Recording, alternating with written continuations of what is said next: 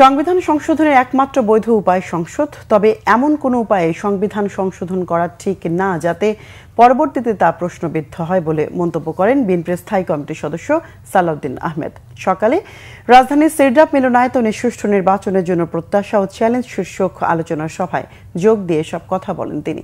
এ সময় তিনি আরও বলেন, প্রকৃতভাবে স্বাধীন নির্বাচন কমিশন, স্বাধীন বিচার বিভাগ, তত্ত্বাবধায়ক সরকার এবং মুক্ত গণমাধ্যম প্রতিষ্ঠা হলে এই চারটি বিষয়ই হবে সুষ্ঠু নির্বাচনের জন্য রক্ষা কবচ। এছাড়া বিএনপির এই নেতা আরও বলেন, ফ্যাসিবাদ মুক্ত হলেও গণতন্ত্রের জন্য কিছু বিষয়ে ঐক্যমত্যে পৌঁছতে পারেনি, এটাই এখন চ্যালেঞ্জ। আর বৈষম্যহীন রাষ্ট্র প্রতিষ্ঠায় বিএনপির প্রতিশ্রুতি বলেও জানান সালাউদ্দিন আহমেদ।